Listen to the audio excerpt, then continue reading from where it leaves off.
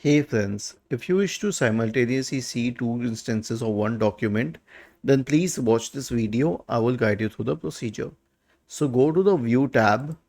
Under the Window section, you will see something called as New Window. Just click on it and then it opens an absolutely similar document. Okay, I'll show you here. This is document 1. Name is document 1 and this is document 2. Name is document 2, and these are two instances of the exact same document. Okay, document 1, document 2, document 1 and document 2. When you click on it, okay, it will show it differently. So this is how you can replicate a document in Microsoft Word, but when you start editing them, both are being edited differently.